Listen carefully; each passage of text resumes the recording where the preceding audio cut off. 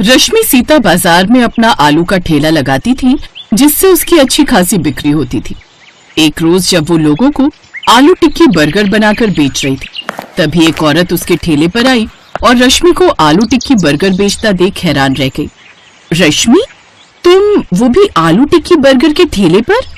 भला तुम पर ऐसी क्या मुसीबत आन पड़ी जो तुम ये आलू टिक्की का ठेला लगाकर बैठी हो? क्या बताऊं बहन, जब दौलत शोहरत थी तो मैं लोगों का मजाक उड़ाती थी। आज किस्मत ने मेरे मुंह पर ऐसा तमाचा मारा है कि अब मेरे दिन ऐसे हो गए हैं।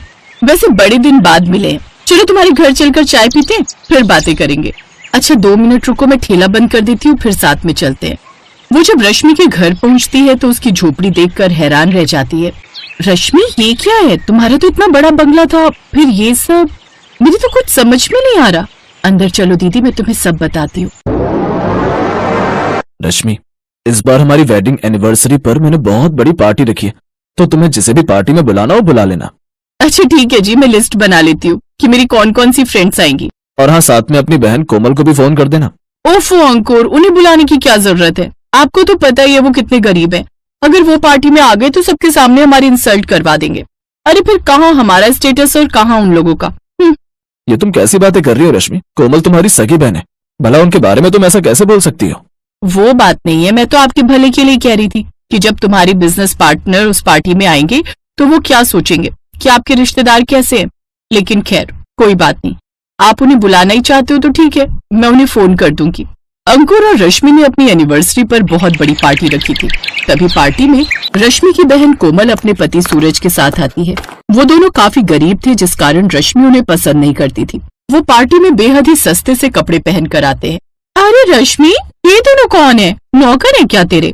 हाँ, नौकर ही है। पार्टी शुरू हो गई है और ये दोनों अब आ रहे हैं। मैं अभी इनकी खबर लेती हूँ। रश्मि जल्दी से उन दोनों को अपने कमरे में ले जाती है।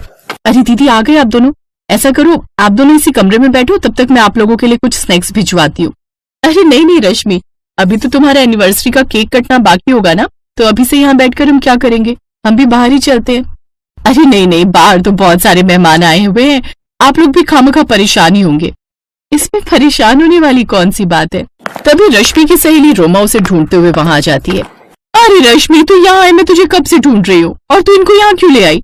बाहर मेरे बच्चे ने कोल्ड ड्रिंक गिरा दी है, इन दोनों नौकरों से बोलकर जरा साफ करवा देना। जी देखिए, आपको कोई गलतफहमी हुई है, हम इनके नौकर नहीं बल्कि रिश्तेदार हैं। मैं इनकी बहन हूँ और रश्मि मेरी दीदी है। क्या बहन हो? तो फिर रश्मि, तुम ऐसा क्यों कह रही थी कि तुम यहाँ काम करने आए हो? उस समय तो जैसे तैसे रश्मि बात को संभाल लेती है। अरे नहीं रोमा, तुम्हें शायद कोई धोखा हुआ होगा। वो तो मैं शीला और बिरजू, मेरे नौकरों के बारे में बात कर रही थी। अच्छा चलो अब केक काट लेते हैं, कहीं देर ना हो जाए। फिर रोमा रश्मि से पार्टी में पूछती है, वैसे एक बात बता, तूने उस वक्त झूठ क्यों कहा? मुझे बताया क्यों नहीं कि वो तेरी बहन और जीजा है? मैं जानती हूँ रोमा, अगर मैं तुम्हें सच बता देती तो तुम मेरा मजाक उड़ाती कि ये गरीब मेरे रिश्तेदार है, इसलिए ये बात मैंने तुमसे छुपाई थी। ठीक भी है। वैसे इन गरीबों को तुम्हें पार्टी में इनवाइट नहीं करना चाहिए था, और अगर सबको पता चल गया कि ये तुम्हारी बहन और जीजा जी है तो तुम्हारी सच में बहुत इंसल्ट होगी।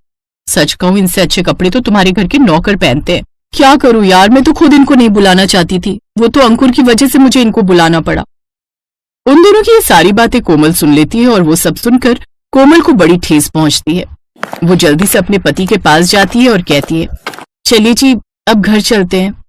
लेकिन अभी हम कुछ देर पहले तो आए थे, फिर तुम्हें अभी क्यों जाना है? बस आप चलिए, मेरा अब यहाँ रुकने का मन नहीं है। किसी ने तुमसे कुछ कहा क्या कोमल? कुछ नहीं जी, बस यूं समझ लीजिए, जब लोगों के पास पैसा आ जाता है ना तो उनका दिमाग चढ़ जाता है। अमीर लोगों के यहाँ गरीबों की कोई इज्जत नहीं होती। ओह, तो ये बात है। ठीक है कोमल, चलो चलते हैं। वो दोनों बीच पार्टी से चले जाते हैं, लेकिन रश्मि को इन सब से कोई फर्क नहीं पड़ता। वो तो बस अपनी अमीर सहेलियों के साथ पार्टी एंजॉय करती है। ऐसे कुछ दिन बीतते हैं। अब धीरे धीरे अंकुर को बिजनेस में घाटा होने लगता है। अपनी कंपनी को फिर से उठाने के लिए वो कई बैंकों से लोन ले लेता है, लेकिन उन सब के बावजूद भी वो अपनी कंपनी बचा नहीं पाता। पता नहीं कोमल क्या हो रहा है, कई महीनों से मुझे कोई नया टेंडर नहीं मिल रहा, ऊपर से बिजनेस में भी खूब घाटा हो रहा है, ऊपर से मेरे ऊपर इतना सारा लोन है कि उसे चुकाने के लिए मुझे अपनी कंपनी और ये घर बेचना पड़ेगा। कंपनी को बेचकर भी मेरा लोन पूरा नहीं हो पा रहा, इसीलिए कोर्ट ने इस घर को बेचकर लोन पूरा करने का फैसला किया है। हम बर्बाद हो गए रश्मि, हम सच में बर्बाद हो गए। मैंने बहुत सारे गरीबों का हक मारा है, शायद इसीलिए मेरे साथ ऐसा हुआ है। पिताजी सही कहते थे, जब भी कोई काम करना पूरी ईमानदारी के साथ करना। अगर मैंने उनकी बात मानी होती तो आज मेरे साथ ऐसा कुछ नहीं होता। अंकुर अपनी एक्सपोर्ट कंपनी को बचाने की बहुत कोशिश करता है, लेकिन उसका घर भी नीलाम हो जाता है। अब उनके पास रहने के लिए कोई भी जगह नहीं होती। अब हमारे पास रहने का बिल्कुल भी ठिकाना नहीं है। लगता है पास के गांव में ही झोपड़ी डालकर रहना पड़ेगा। हमारे बुरे वक्त में आपके सभी रिश्तेदारों और मेरी सभी सहेलियों ने भी मुंह मोड़ लिया। आज पता लग रहा है, इंसान जितना अमीर होता है वो दिल से उतना ही गरीब होता है। मैंने अपनी बहन की गरीबी का बहुत मजाक उड़ाया था, शायद इसीलिए आज हमें ये दिन देखने पड़ रहे हैं। अब वो लोग गांव में एक झोपड़ी डालकर रहने लगते हैं।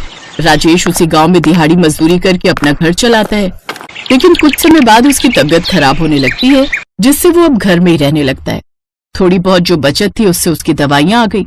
आप आराम करिए जी, मैं लाला से कुछ राशन उधार लेकर आती हूँ। लेकिन उसके पास तो पहले से इतना उधार चल रहा है, फिर और उधार देगा क्या वो? पता नहीं, लेकिन एक बार कोशिश तो कर ही सकती हो।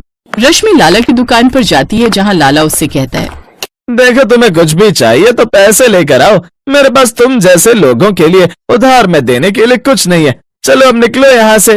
वो लाला उसे दुत्कारते हुए वहां से भगा देता है, जिससे रश्मि को बहुत बुरा लगता है। अब समझ आ रहा है बिना पैसे के इंसान की कोई इज्जत नहीं है। अब मुझे कुछ भी करके पैसे कमाने होंगे, नहीं तो ऐसे तो गुजारा करना मुश्किल हो जाएगा। लेकिन मैं काम शुरू भी करूँ तो क्या करूँ? इसी दुविधा में वो घर की ओर आ रही थी, तभी उसकी नजर एक गोलगप्पे वाले के ठेले पर जाती है। ठेला, हाँ, मुझे तो बहुत अच्छी आलू टिक्की बर्गर बनानी आती है। अंकुर को भी मेरे हाथ की आलू टिक्की बर्गर बहुत पसंद थी। हाँ, मैं यही काम करूंगी। अब रश्मि अपना सोने का मंगलसूत्र और अंगूठी बेचकर जरूरत का सामान लाती है और साथ ही आलू टिक्की बर्गर बनाकर बेचने लगती है। उसके हाथ की आलू टिक्की बर्गर सबको पसंद आती है, जिससे उसका घर खर्च अच्छे से चलने लगता है। धीरे धीरे अंकुर भी ठीक हो जाता है और अब वो भी रश्मि के साथ ठेले पर काम करने लगता है। इसी तरह अब वो हर दिन ठेले पर बर्गर बनाकर बेचते। उस रोज कोमल उसके ठेले पर आई, फिर उसके साथ उसके घर। अपनी बहन की आपबीती सुनकर कोमल को बड़ा दुख हुआ। तुम चिंता मत करो, मैंने और सूरज जी ने मिलकर कुछ पैसे जमा किए थे, जिससे हमने शहर में एक दुकान खोली थी। ऊपर वाले की दया से हमारा काम काफी अच्छा चल पड़ा है और हमने खुद की फैक्ट्री भी खोल ली है। अब आप और जीजा जी हमारे साथ शहर ही चलिए और वहीं हमारे साथ रहिए और काम कीजिए। अब रश्मि को अपने किए पर बहुत शर्मिंदगी थी। अब वो रश्मि के साथ उसी के घर में खुशी खुशी रहने लगी।